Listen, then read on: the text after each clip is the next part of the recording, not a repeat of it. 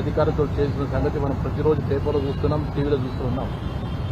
ఈరోజు ప్రత్యేకించి ఎవరైతే బీఆర్ఎస్ యాక్టివ్ ఉన్నారో యాక్టివ్ నాయకులపైన కేసులు పెట్టి వాళ్ళ లోపలి నుంచి ప్రయత్నాలు చేస్తున్నారు. కాబట్టి దాంట్లో భాగంగా ఈనాడు మరి హరీష్ రావు గారిని ఎంత విధంగా వేధించే ప్రయత్నాలు చేస్తున్న సంగతి మనం చూస్తున్నాం.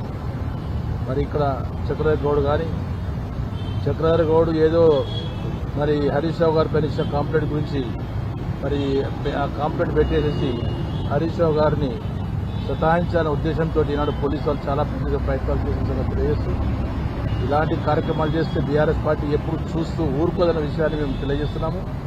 ఇలాంటి జరగకుండా చూడాలని చెప్పి డీజీపీ గారికి క్లియర్గా ముందు తెలియజేశాము.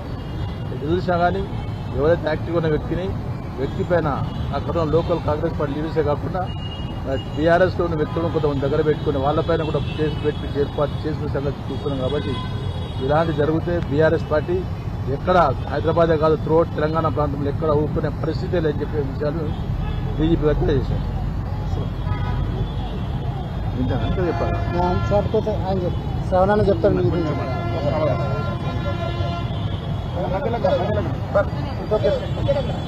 అన్న మీరు అడుగురు నువ్వు అవతల కంటావు నువ్వు కొంచెం మాట్లాడు. ప్రెస్ సంబంధించి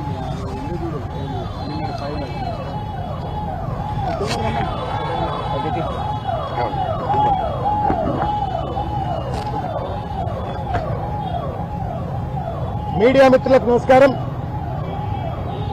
ప్రజాపాలన పేరు మీద అధికారంలోకి వచ్చినటువంటి ఒక రేవంత్ రెడ్డి ప్రజాస్వామ్య స్ఫూర్తికి విరుద్ధంగా రాజ్యాంగ నిబంధనలు తుంగలో తొక్కుతూ ఒక నియంత లెక్క మారి ఇవాళ కొంతమంది పోలీస్ అధికారులను పాలెగాళ్లుగా మార్చుకొని తన ప్రైవేట్ ఆర్మీగా మార్చుకొని ఇవాళ బీఆర్ఎస్ పార్టీకి సంబంధించిన కార్యకర్తలపైన ముఖ్యంగా నాయకులపైన విచ్చలవిడిగా కేసులు పెట్టి ఇవాళ అణచివేతకు పాల్పడే దుర్మార్గమైన ప్రయత్నం చేస్తా ఉంటే ఇవాళ డీజీపీ జితేందర్ గారి దగ్గరికి వచ్చి ఈరోజు ఒక ముఖ్యమైన అంశం పైన రిప్రజెంటేషన్ ఇవ్వటం అయింది.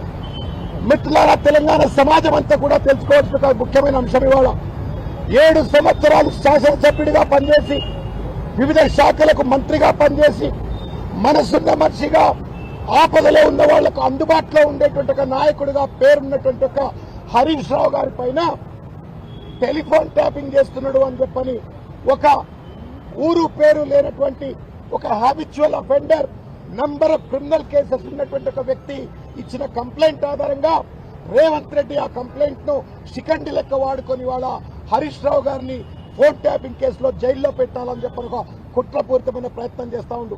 ఈ దుర్మార్గం ఎంత నీచమైంది అంటే వాళ్ళ వంశీకృష్ణ అని చెప్పని ఆ కంప్లైంట్ లో అంతర్భాగమైనటువంటి ఇంకొక వ్యక్తిని పట్టుకొచ్చి అరెస్ట్ చేసి స్థానిక west zone DCP Vijay Kumar, Panjagutta ACP Mohan Kumar, ఇంకా కొంతమంది ఆఫీసర్లు హరీష్ రావు పేరు చెప్తావా సస్తావా అని చెప్పని వంశీకృష్ణను బెదిరించి ఇవాళ ఫోర్స్డ్ కన్ఫెషన్స్ కోసం ఇవాళ దుర్మార్గమైన ప్రయత్నం చేస్తా ఉన్నారు. చట్టానికి వ్యతిరేకం, సిఆర్పీసీకి వ్యతిరేకం, భారత రాజ్యాంగ స్ఫూర్తికి వ్యతిరేకమైనటువంటి ఒక చర్యలకు పాల్పడుతూ ఇవాళ ఏ రకంగానైనా సరే అడ్డమైన దారిలో హరీష్ రావు గారిని నిర్బంధించాలనే ప్రయత్నం చేస్తా ఉన్నారు. మిత్రులారా, గత సంవత్సరన్నర కాలంగా చూసినట్టయితే అనేక పర్యాయాలు కేసీఆర్ గారిపైన, కేటీఆర్ గారిపైన, కవిత గారిపైన, ముఖ్యంగా హరీష్ రావు గారిపైన అనేక మార్లు దాడులు చేసే ప్రయత్నం చేసిండ్రు. ఖమ్మంలో దాడులు చేస్తే కేసు పెట్టమంటే ఉల్టా వల్ల హరీష్ రావు గారిపైన కేసు పెట్టి నిర్బంధానికి గురి చేసే ప్రయత్నం చేసిండ్రు. ఇవాళ చక్రధర్ అనేటువంటి ఒక ఊరు పేరు లేని వ్యక్తి కంప్లైంట్ ఇస్తే ఆ కంప్లైంట్ ఆధారంగా ఫోన్ ట్యాపింగ్ హరీష్ రావు చేసిండ్రు అని చెప్పని అతన్ని వాళ్ళ జైల్లో పెట్టాలని ప్రయత్నం చేస్తా ఉన్నారు.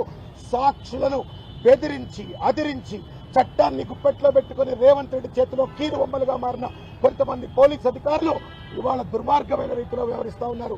మేము ఒకటే విజ్ఞప్తి చేశాం జితేందర్ గారికి, పార్టీలు ఉంటాయి పోతాయి, అధికారం ఉంటది పోతుంది, కానీ custodians of the constitution police are permanent. ఒకప్పుడు తెలంగాణలో పోలీసులు అంటే గర్వపడే వాళ్ళం, ఫ్రెండ్లీ పోలీస్ అని చెప్పని, చట్టానికి రాజ్యాంగానికి లోబడి పనిచేసే పోలీస్ అని.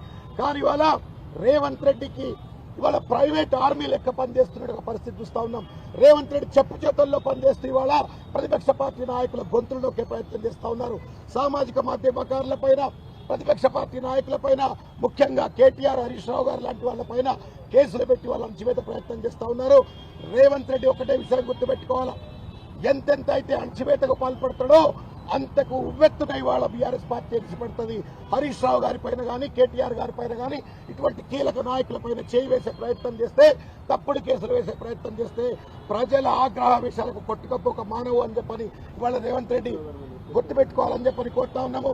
ముఖ్యంగా పోలీస్ అధికారులను, అయ్యా మీకు జీతం ఇచ్చేది రేవంత్ రెడ్డి కాదు, మీకు మీ నెత్తిన టోపీ పెట్టింది రేవంత్ రెడ్డి కాదు.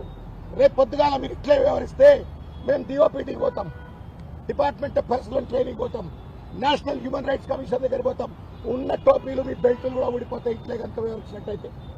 ఈ రకంగా రాజ్యాంగానికి వ్యతిరేకంగా వ్యవహరించినట్టయితే మీకున్నటువంటి ఒక విస్తృస్థాయి అధికారులను దుర్వినియోగం చేసే ప్రయత్నం చేస్తే మీ టోపీలు పోతాయి, మీ బెల్టులు పోతాయి, మీ ఉద్యోగాలు పోతాయి అనే విషయాన్ని దయచేసి గుర్తుపెట్టుకోవాలని చెప్పి తెలియజేస్తున్నాం.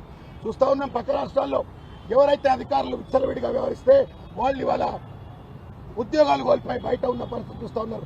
మీరు కూడా అటువంటి యొక్క పరిణామాన్ని ఎదుర్కొంటారా మీరు తేల్చుకోవాలని చెప్పి సందర్భంగా తెలియజేస్తారు. దమ్ముంటే దొంగలను పట్టుకోండి, క్రిమినల్స్ పట్టుకోండి, కానీ ప్రజల కోసం కొట్లాడుతున్న ప్రజా గొంతుకల పైన, హరీష్ రావు గారి పైన తప్పుడు కేసు పెట్టాలనే ప్రయత్నం చేస్తే మాత్రం తస్మాత్ జాగ్రత్త, తగిన మూల్యం మీరు చెల్లించుకుంటారని చెప్పి సందర్భంగా నేను తెలియజేస్తా ఉన్నాను.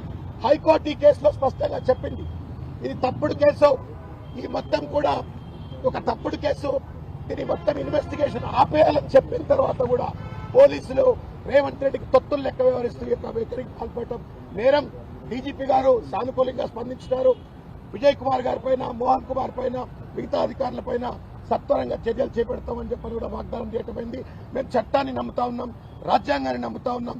ఒకవేళ ఇక్కడ మాకు న్యాయం లభించకపోతే ఈ డీజీపీ దగ్గర మేము తప్పనిసరిగా గవర్నర్ దగ్గరికి వెళ్తాం, మేము తప్పనిసరిగా ఢిల్లీలో డిఓపీటీ దగ్గరికి వెళ్తాం, నేషనల్ హ్యూమన్ రైట్స్ కమిషన్ దగ్గరికి వెళ్తాం. కానీ అన్యాయాన్ని మాత్రం సహించమని చెప్పని హెచ్చరికలు అందిస్తా ఉన్నాం.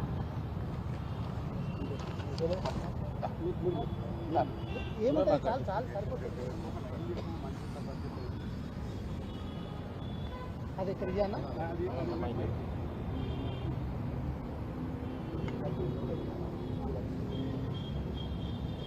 మీడియా మిత్రులందరికీ నమస్కారం.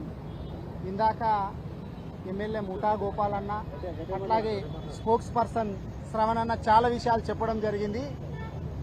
ఒకటే రేవంత్ రెడ్డి గారు ఏమనుకుంటున్నారంటే, కేటీఆర్ గారు, హరీష్ రావు గారు ప్రతి విషయం లోపల కాంగ్రెస్ పార్టీని అడుగడుగున చీల్చి చెండాడుతూ ఉన్నారు. ఒకవేళ వీళ్ళను భయపెట్టినట్లయితే, వీళ్ళని నిర్బంధించినట్లయితే ఇంకా మాకు ఎదురుండదనేటటువంటి ఒక భ్రమ లోపల రేవంత్ రెడ్డి గారు బతుకుతున్నారు. కానీ ఎట్టి పరిస్థితుల లోపల బీఆర్ఎస్ పార్టీ నాయకుల మీద ఎంతమంది మీద కేసులు పెట్టినా కానీ మేము అది లేదు బెదిరేది లేదు, ఖచ్చితంగా మీ అరాచకాలన్నింటినీ కూడా ఎండగడతాము. ఇందాక మా వాళ్ళు చెప్పినట్లు ఇక్కడ న్యాయం జరగకపోతే ఇంకా చాలా స్థానాలు ఉన్నాయి, అక్కడికి వెళ్తాం, మేము పోరాడతాం. ప్రజల పక్షాన బీఆర్ఎస్ పార్టీ ప్రధాన ప్రతిపక్షంగా